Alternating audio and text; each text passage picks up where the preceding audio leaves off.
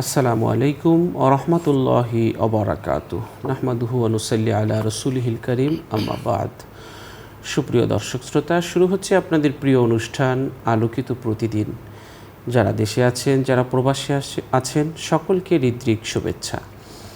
দর্শক, প্রতিদিনের ন্যায় আজও আমরা একজন বিশিষ্ট আলেমকে আমন্ত্রণ জানিয়েছি। আজ আমাদের সাথে আছেন বায়তুশ শরফ ইসলামী গবেষণা কেন্দ্রের সম্মানিত পরিচালক, বিশিষ্ট ইসলামী চিন্তাবিদ ডক্টর মোহাম্মদ ঈসা সাহেবী। জি, আসসালামু আলাইকুম ওয়া রাহমাতুল্লাহি ওয়া বারাকাতুহু। ওয়ালাইকুম আসসালাম ওয়া রাহমাতুল্লাহি ওয়া বারাকাতুহু। মোহতারাম, কেমন আছেন? আলহামদুলিল্লাহ ভালো আছেন ইনশাআল্লাহ, সবাই ভালো আছেন। দর্শক, আজ আমরা যে বিষয়টি নিয়ে কথা বলবো সেটি হচ্ছে বিজাতীয় অনুকরণের কুপ্রভাব। খুব গুরুত্বপূর্ণ একটি বিষয়। ইসলামে অমুসলিম বা বিজাতীয় সংস্কৃতির অন্ধ অনুকরণ কঠোরভাবে নিষিদ্ধ করা হয়েছে। ইসলামী ব্যক্তিত্ব এবং সক্রিয়তা বজায় রাখার জন্যে মুসলমানদের নিজস্ব স্বতন্ত্র সংস্কৃতি, জীবনবোধ এবং ধর্মীয় অনুশাসন অনুসরণের নির্দেশ দেওয়া হয়েছে ইসলামে।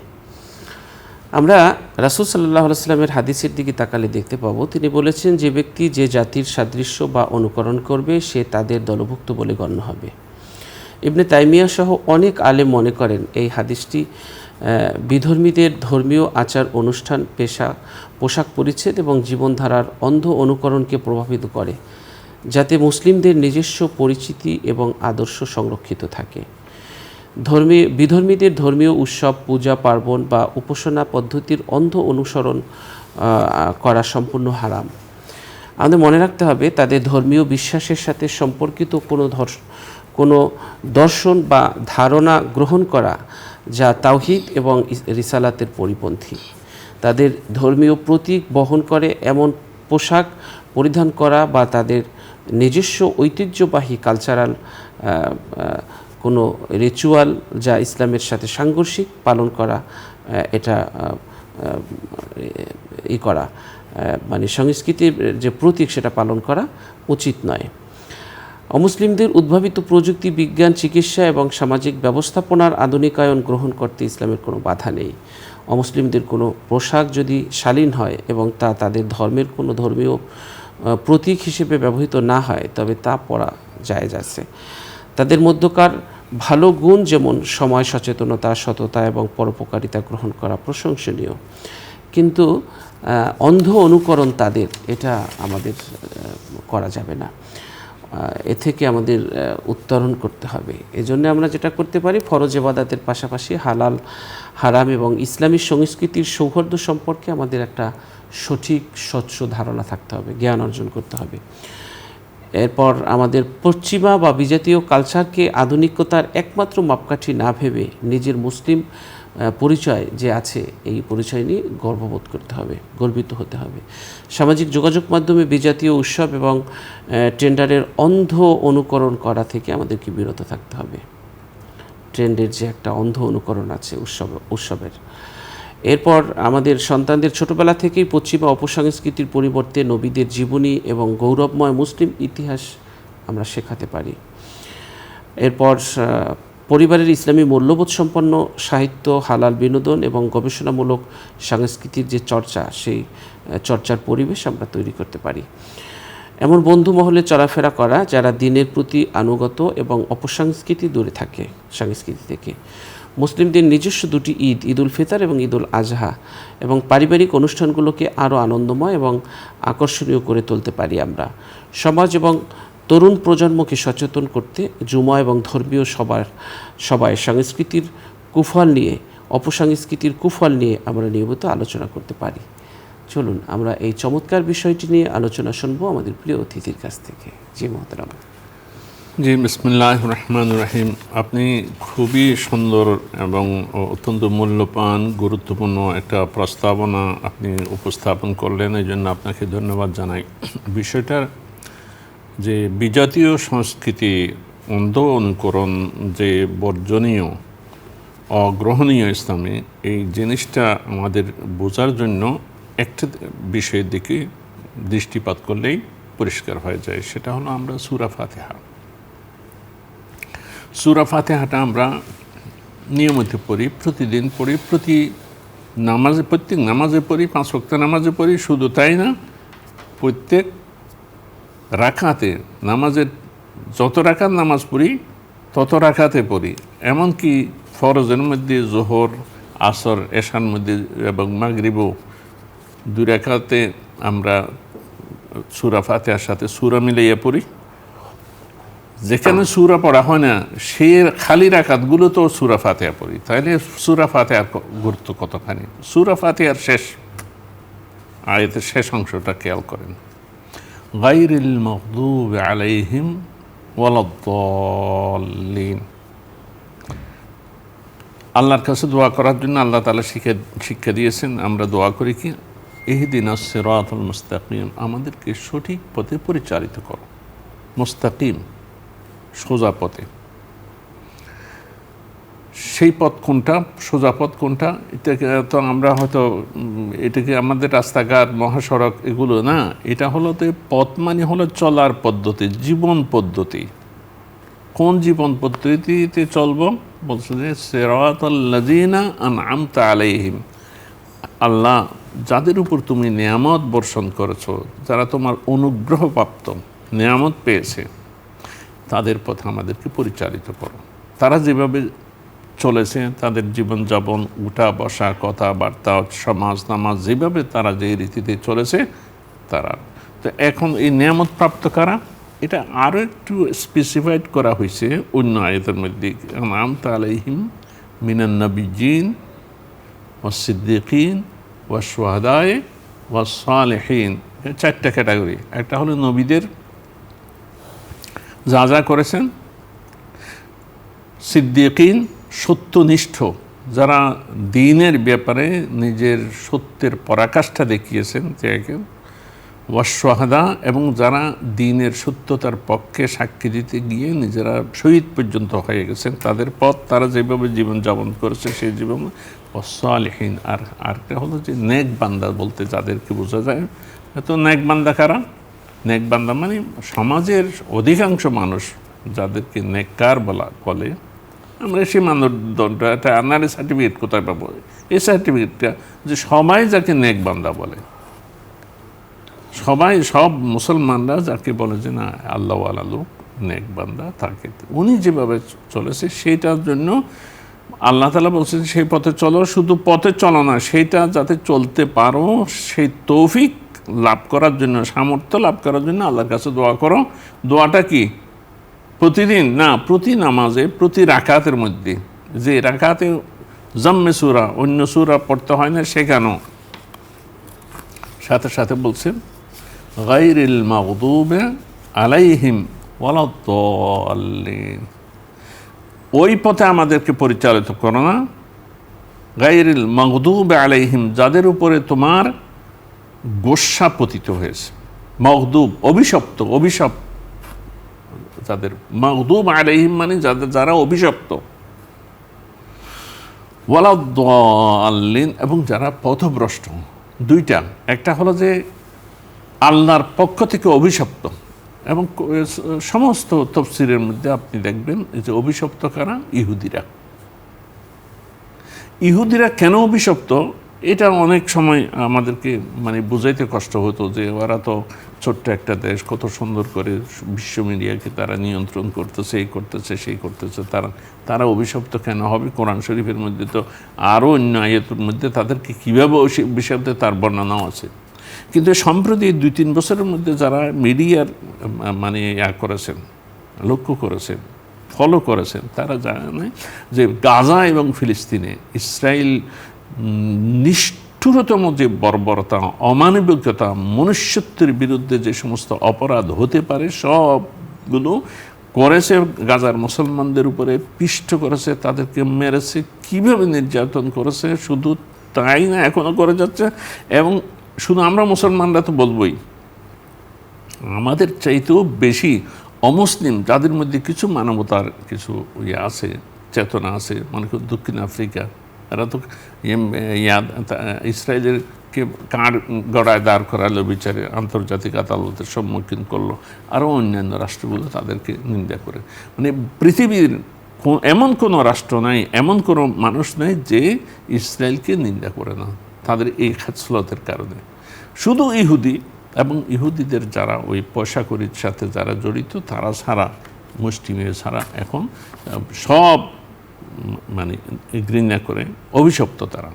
এই অভিশপ্তরা যেভাবে চলে, যে সমস্ত কাজ করে, তাদের চাল চলন ওঠা বসা, এটা সম্পূর্ণ নিষেধ তাদের অনুকরণ করা। এবং অনুকরণ যাতে না করতে হয় তার জন্য আল্লাহর কাছে সামর্থ্যের জন্য দোয়া করতে বলছে, ওয়ালাদ-দাল্লিন। এবং যারা পথভ্রষ্ট, পথভ্রষ্ট কি এক কথায় সমস্ত তাফসীরকাররা বলেছেন পথভ্রষ্ট হলো খ্রিস্টান। তাহলে ইহুদি এবং খ্রিস্টানদের যে পথ, যে চালচলন, যে আখলাক, চাল চরিত্র, কথাবার্তা, যে সমস্ত এগুলো, যেই মানে এগুলো অনুকরণ করতে আমাদেরকে নিষেধ করেছে। এখন আপনি বলবেন যে আমাদের মধ্যে আসেন যে ওরা তো অনেক বৈজ্ঞানিক উন্নতি করেছে, করেছে, এগুলোকে আমরা নেব না? না, অবশ্যই নিতে হবে। এবং নেওয়া, এটা তো হাদিস শরীফের মধ্যে আছে, আল হিকমতু দাল্লাতুল মুমিন, বিজ্ঞান, সায়েন্স, এটা হলো মুসলমানদের হারানো সম্পদ। যেখানে ফাহিসু ওয়াজাদাহা ফাহুয়া আহাক্কু বিহা, যেখানে সেটা পাওয়া যায় সেটার হকদারকে মুসলমান। তাহলে এটা অর্জন করার জন্য যেখানে যাইতে হয় সেখান থেকে তারা অর্জন করবে, যার কাছে পাবে তার কাছ থেকে অর্জন করবে, এখানে কোনো নিষেধ নেই। এই কথাটা আমি আরেকটু বলিষ্ঠভাবে যাতে বুঝতে পারি সেজন্য আমি বলবো যে আমরা যে বক্তব্যটা দিলাম, যারা শুনবেন তারা হয়তো বলবেন যে এরা একরোখা, যে ইসলাম ছাড়া, মুসলমান ছাড়া আর কিছু করে না, যে মানে অন্য কারোর কাছ থেকে কিছু শিখবে না। না, আমরা শিখবো তো। এটা প্রমাণ কি? প্রমাণ হলো বদরের যুদ্ধ। বদরের যুদ্ধে 70 জন অ্যারেস্ট হয়ে আসলো, মুসলমানদের যুদ্ধবন্দী হলো। তো যুদ্ধবন্দীদেরকে আল্লাহ রসুল মুসলমানদের পরামর্শক্রমে সিদ্ধান্ত নিলেন যে এদেরকে মানে ওই মুক্তিপণের বিনিময়ে, টাকা নিয়ে, তাদেরকে পয়সা নিয়ে, সম্পদের বিনিময়ে তাদেরকে ছেড়ে দেওয়া হবে। তো এই যুদ্ধবন্দীর মধ্যে কিছু ছিল তাদের তো দেওয়ার মতো কোনো টাকা পয়সা নাই। বলছে যে আল্লাহ রসুল বলছে যে যাদের টাকা আছে তারা দেবে, আর যারা শিক্ষিত যুদ্ধবন্দীর মধ্যে তারা 10 জন করে মুসলমানকে লেখাপড়া শিখাবে। আচ্ছা দেখেন, এখান থেকে নেন, এই যে মক্কার মুশরিক যারা শিক্ষিত এখানেও যুদ্ধবন্দী হয়েছে, তারা কি ঈমানের কথা শিখাবে? তারা কি ইসলামের কথা শিখানোর কথা বলছে? না, তারা যে লেখাপড়া, বিদ্যা, এই জন্য আমরা যে হিন্দু মাস্টারের কাছে পড়েছি, প্রাইমারি স্কুলে পড়েছি, হিন্দু মাস্টার স্যারের কাছে আমরা পড়ছি, এটা ইসলাম অনুমোদন করে। তো কাজেই এই যে সায়েন্স টেকনোলজি যেটা পশ্চিমাদের হাতে আছে, এক সময় মুসলমানরা সেগুলো নিয়ন্ত্রণ করতে, এখন তাদের কাছে চলে গেছে। এগুলো লাভ করার জন্য কোনো শরীয়তে বাধা নাই, বরং এটা করার জন্য উৎসাহ দেওয়া হয়েছে। এখন যেটা বাধা, যেটা নিষেধ, সেটা হলো যে অন্ধ অনুকরণ করা। যেমন খাওয়া দাওয়া, খাইতেছি, ইসলাম বলছে যে খাওয়ার পরে প্লেটটা পরিষ্কার করে খেয়ে নাও, নষ্ট করো না। পরে গেলে দস্তরখান বিছিয়ে খাও, ওখান থেকে উঠেই ডান হাত দিয়ে, ডান পাশ থেকে, ডান পাশ দিয়ে খাও, ডান দিক দিয়ে খাও, আস্তে আস্তে খাও, চিবাইয়া খাও, বিসমিল্লাহ বলে খাও, হ্যাঁ, বিসমিল্লাহ পরে খাও। এখন যেটা হচ্ছে যে এটা একটা স্টাইল হয়ে গেছে, যারা পশ্চিমা সংস্কৃতি করে, যান কিছু খাইয়া অর্ধেক প্লেটে রেখে দিতে হবে, বাম হাত দিয়ে খাওয়া, বাম হাত দিয়ে খাওয়া। চা খাইবেন, চা খাওয়ার সময় মানে ডান হাতে খাবে না, ইসলাম যেহেতু বলছে। এখন যেহেতু পশ্চিমারা বাম হাত দিয়ে খায়, বাম হাত দিয়ে খেতে হবে। এগুলো সম্পূর্ণ নিষেধ এবং এগুলো সম্পূর্ণ হারাম। বাথরুমে যাবেন, এই প্রসঙ্গটা তো এসেছে, বাথরুমে এখন হয়ে গেছে কি, হাই কমোডের একটা কালচার হয়ে গেছে, যেখানে হাই কমোড দরকার নেই সেখানেও, যারা বুড়া বৃদ্ধ, তারা চলতে পারে না, যারা বসতে পারে না, তাদের জন্য হাই কমোড দরকার। কিন্তু এটা একটা ফ্যাশন হয়ে গেছে। হাই কমোড তো আপনি সতর্ক, আমি সতর্ক, কেন ছোটোবেলায় পাকি না পাকি, পায়খানা পেশাব থেকে বেঁচে থাকার জন্য আমাদের মা বাবারা একটা স্পর্শকাতরতা, সেন্সিটিভিটি আমাদের মধ্যে সৃষ্টি করেছিল। এই জন্য আমরা কোনো রকম এই হাই কমোড ব্যবহার করে নিজে পাক পবিত্র হয়ে বের হতে পারি। কিন্তু এই ছোটোবেলা থেকে বাচ্চাদেরকে হাই কমোডে যেখানে পায়খানা প্রস্রাব করতেছে, এরা এই না পাকির থেকে যে পরহেজ করার সেই শিক্ষাটাকে পাবে, তাদের সাথে পাকি না পাকি একই হয়ে যাবে। কিন্তু ওই যে পশ্চিমাদের অনুকরণ আমাদেরকে হাইকমোটের সম্পর্কে যারা বিশেষজ্ঞ বিশ্লেষণ করেছে, আমি পড়েছি হাইকমোট দেশ চাইতে যেটা আমরা লোকমোট বা ইসলামী আমাদের বাঙালি যেটা বলা হয়, এটা অনেক বেশি সায়েন্টিফিক। কারণ ওখানে শরীরের কোনো কিছু স্পর্শ করে না। যে আমরা পায়খানা বলি না, পায়খানা মানে কি? পায়খানা, পায় মানে পা, খানা মানে ঘর, পায়ের ঘর। এটা কত সুন্দর একটা শব্দ। আমি পরে ফার্সি পড়ার পরে বোঝার পরে এত আমার কাছে সুন্দর লাগছে। পায়খানা, যে ঘরের মধ্যে শুধু পাটা লাগে এবং পায়ের মধ্যেও স্যান্ডেল জুতা নিয়ে যেতে বলা হয়েছে, আর কিছু লাগে না। কিন্তু আপনি হাইকমোট ব্যবহার করলে শুধু পা তো না, অনেক কিছুই তো লাগবে। এগুলো আপনি দুইবেন কেমন করে?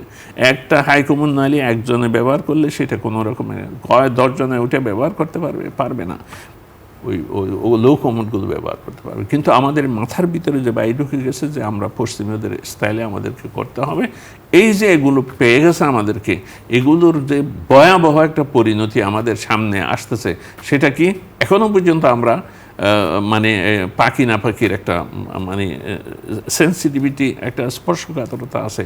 কিন্তু আমাদের যারা শিক্ষিত জেনারেশন রয়ে গেছে, যারা ইউনিভার্সিটিতে পড়তেছে, ইউনিভার্সিটিগুলো যে আপনি আমার কথা পরীক্ষা করার জন্য আপনি ওখানকার বাথরুমগুলোতে যান, সেখানে কী অবস্থা দেখবেন। আর আমাদের যে মানে লং ড্রাইভে আমাদের ইন্টার ডিস্ট্রিক্ট বাসগুলো যেখানে দাঁড়ায়, যে হোটেলগুলোতে খুব রমরমা জমজমাট হোটেল, এই হোটেলগুলোর বাথরুমে যান, সেখানে মানুষ কিভাবে দাঁড়ায়, কীভাবে করে, সেখানে কি পবিত্রতার অর্জনের কোনো সুযোগ আছে? যে কাপড় চোপড় সব আপনি প্রস্রাব দ্বারা অবশ্যই নাপাক হয়ে যাচ্ছে। আসেন একটু নামাজ পড়েন, আমার নামাজ পড়তে মন চায় কিন্তু কাপড়টা অপরিষ্কার রয়ে গেছে। এই যে মনে করেন যে কথাটা বলা হচ্ছে এখানে, যে বিষয়টা আপনি খুব গুরুত্বপূর্ণ একটা বিষয় নিয়ে আলোচনা করেছেন, সেটা হলো যে আমরা যাতে পশ্চিমারা যা যা করে, যা যা খায়, যেভাবে চলে, সেভাবে যাতে না চলি। ওখানে হায়া শরমের কোনো ইয়া নেই, হায়া শরমের কোনো ইয়া নেই। মানে এই লজ্জা, বাচ্চা কি, ছেলে কি, মেয়ে কি, এগুলো আমাদের মধ্যেও এখন আস্তে আস্তে উঠে যাচ্ছে। ওই যে টেলিভিশন দেখতে দেখতে একই ধরনের বাজে বাজে ছবি আসতেছে, ছেলে মেয়ে সব একসাথে বসে আমরা দেখতেছি। এগুলো থেকে আমাদেরকে পরহেজ করতে হবে। এবং আমরা যে নামাজের মধ্যে এই যে সূরা ফাতিহার মধ্যে সেই দোয়ার মধ্যে আমাদেরকে সেই শিক্ষাটা দেওয়া হয়েছে যে পশ্চিমাদের থেকে যাতে আমরা অনুকরণ না করি। কিন্তু আমরা সেদিকে লক্ষ্য করি না। লক্ষ্য না করার ফল কুপ্রভাব কি হয়, যে আমরা সাংস্কৃতিকভাবে তাদের কাছে দুর্বল, এবং তারা যে কোনো সময়ে যে কোনোভাবে আগে তো আমাদেরকে রাজনৈতিকভাবে আমাদেরকে অধীনস্থ গোলাম বানানোর আগে সাংস্কৃতিক গোলামির মধ্যে আমাদেরকে আবদ্ধ করে। আল্লাহ রসুল সাল্লাল্লাহু আলাইহি ওয়াসাল্লাম পরিষ্কার করে বলছেন, মান তাশাব্বাহা বিকওমিন ফাহুয়া মিনহুম। যে ব্যক্তি অন্য কওমের মানে বেশ ধারণ করে, সে তাদের মধ্যে গণ্য হবে। বেশ ধারণ বলতে কি, যেগুলো তাদের ধর্মীয় চিহ্ন আছে, তারপর ধর্মীয় বিষয়কে বুঝায় যেগুলো ধর্মীয়, এগুলোকে মুসলমানরা কোনো দিনই অনুকরণ করতে পারে না। এই যে মনে করেন রেগ ডে, কী অত্যাচারটা রেগ ডের নামে ইউনিভার্সিটির মধ্যে একটা হয়ে গেছে। 31st নাইটের মধ্যে যেগুলো হয়, এগুলো অবশ্যই হারাম, এগুলো আমাদেরকে বর্জন করতে হবে। এবং আল্লাহ রসুল বলছেন যে তোমরা যদি মুসলমান হয়েও তাদের এই বেশ ধারণ করো, তাদের জাতের মতো করে কাপড় চোপড়, চুল রাখা, হিপ্পি জিপ্পি, তারপরে নখ রাখা, আঙ্গুল অপরিচ্ছন্ন থাকা, অপরিষ্কার থাকা, এগুলো সব নিষেধ, ইসলামের দৃষ্টিতে নিষেধ। এবং বলছেন যে খালিফুল মুশরিকিন, আল্লাহ রসুল নিষেধ করেছেন তোমরা মুশরিকদের বিরোধিতা করো। ওয়াফিরুল লাহিয়া, তোমরা দাড়ি ভরাট করে রাখো। ওরা দাড়ি রাখে কত রকমের করে, ওইভাবে না, তোমরা ভরাট করে রাখো। ওয়াহফুল শাওয়ারেবা, এবং এই মোষ গোপটা কেটে ফেলো, মানে ছোট করো, দাড়ি বড় করো।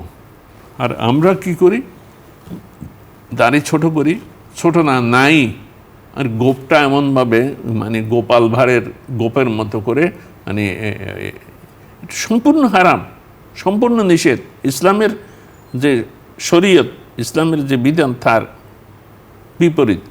আমরা উৎসবের নামে নানা করি, আয়োজন করি। বিয়ে শাদীর মধ্যে যেগুলো যে পশ্চিমা তারপরে হিন্দুয়ানি সংস্কৃতির অনুকরণ করা হয়, আমাদেরকে আল্লাহর রসুল যে সংস্কৃতি দিয়েছেন, শুক্রবারে জুমার নামাজে সবাই সম্মিলিত হবে, পরস্পর সালাম বিনিময় করা, মুসাফা করা, তারপরে হলো যে গোসল করা, নিয়মিত গোসল করা, পরিষ্কার পরিচ্ছন্ন থাকা, তারপর আমরা এই যে উজু করা, হাত মুখ ধোয়া, এটাও একটা সুন্দর সংস্কৃতি। অন্য ধর্মের মধ্যে, সভ্যতার মধ্যে এগুলো নাই। এবং ওরা এমনকি পানি নেওয়ার সংস্কৃতিও নাই পশ্চিমা দেশগুলোতে, বুঝছেন? তো এখন এমনকি আল্লাহ রসুল বলছেন যে তোমরা কোনো এবাদত বন্দিগিতেও যদি তোমরা তাদের অনুকরণ করো, ওখানেও তোমরা একটু বিরোধিতা করো। যেমন আমরা এই যে এখন তো মহরম মাস চলতেছে, বোধহয় নাকি শেষ হয়ে গেল, মহরম মাস আশুরার রোজা। আশুরার মদিনায় আসলেন, আমরা এক মিনিট মদিনায় আসলেন, বললেন যে আশুরার দিন ইহুদিরা রোজা রাখে কেন?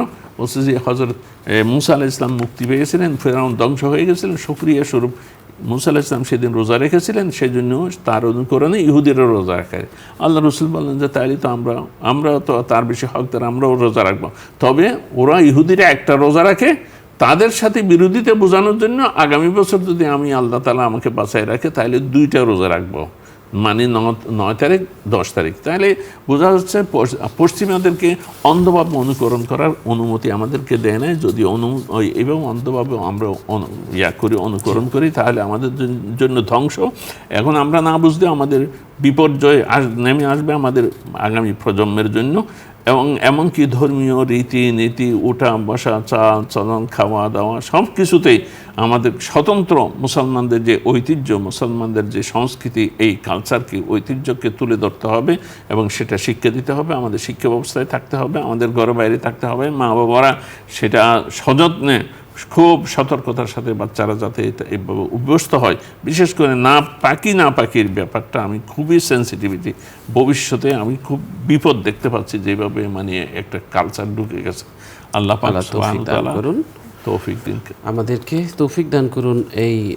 আমাদের মুসলিম যে কালচার আছে, সেই কালচার অনুকরণের মাধ্যমে আমাদের জিন্দিগিকে ইসলামী জিন্দিগি করে গড়ে তোলার।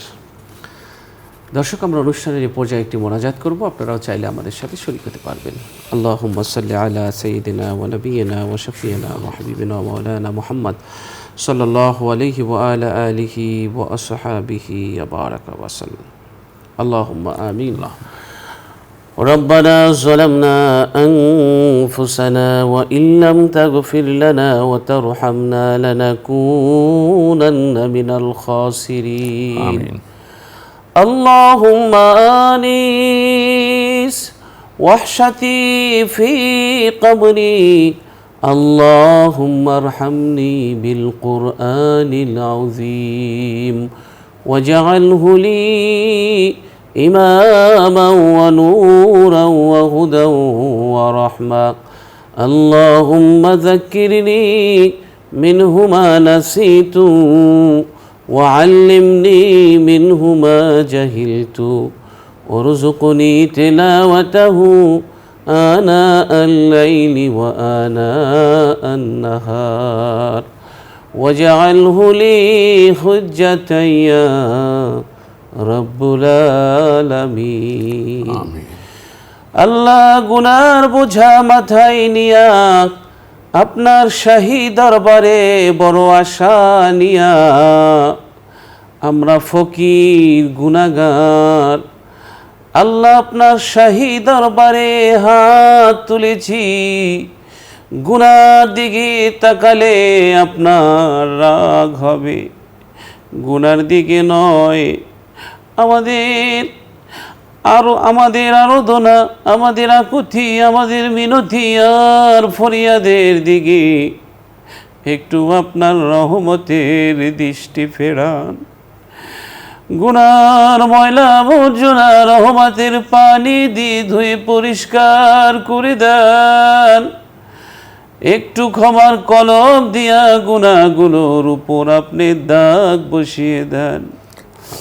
রাতে করেছি যে গুনাহ, দিনে করেছি যে গুনাহ, আলোতে করেছি যা, আধারে করেছি যা, গোপনে করেছি যা, প্রকাশ্যে করেছি যা, আগে করেছি যা, পরে করেছি যা, সমস্ত গুনাহ খাতা আপনি মাফ করে দিন। আমিন। রব্বুল আলামিন, আপনি ছাড়া কার কাছে যাব, কার কাছে বলবো? আপনি আমাদের জীবনের সব প্রয়োজন পূরণ করে দিন, রিজিক বাড়ায় দিন, হায়াতে বরকত দিন, ঋণ পরিশোধ করার তৌফিক দিন, আমিন। ব্যবসা বাণিজ্যে বরকত দিন, উপকারী জ্ঞান দিন। আমিন। যে জ্ঞান দিয়েছেন মানুষের কল্যাণে খরচ করার তৌফিক দান করুন। আমিন। এই অনুষ্ঠানের পৃষ্ঠপোষক বসুন্ধরা গ্রুপের চেয়ারম্যান, আল্লাহ তাকে নেক হায়াতে তৈয়বা নসিব করুন। সকল বাধা প্রতিবন্ধকতার চড়াই উতরাই পেরিয়ে এই গ্রুপের সবগুলো প্রতিষ্ঠানকে আপনি কবুল আর মঞ্জুর করুন। সুবহান রাব্বিকা রাব্বিল ইজ্জাতি আম্মা ইয়াসিফুন ওয়া সালামুন আলাল মুরসালিন walhamdulillahi rabbil alamin। আমিন আমিন। দর্শক, আমাদের সাথে যারা দীর্ঘ সময় থেকেছেন সকলকে অনেক অনেক ধন্যবাদ। আগামীকাল ঠিক এই সময় এই অনুষ্ঠান দেখার আমন্ত্রণ জানিয়ে সবার সুস্বাস্থ্য এবং দীর্ঘায়ু কামনা করে আজ এখানেই শেষ করছি। আল্লাহ হাফেজ। আসসালামু আলাইকুম ওয়া রাহমাতুল্লাহি ওয়া বারাকাতুহু।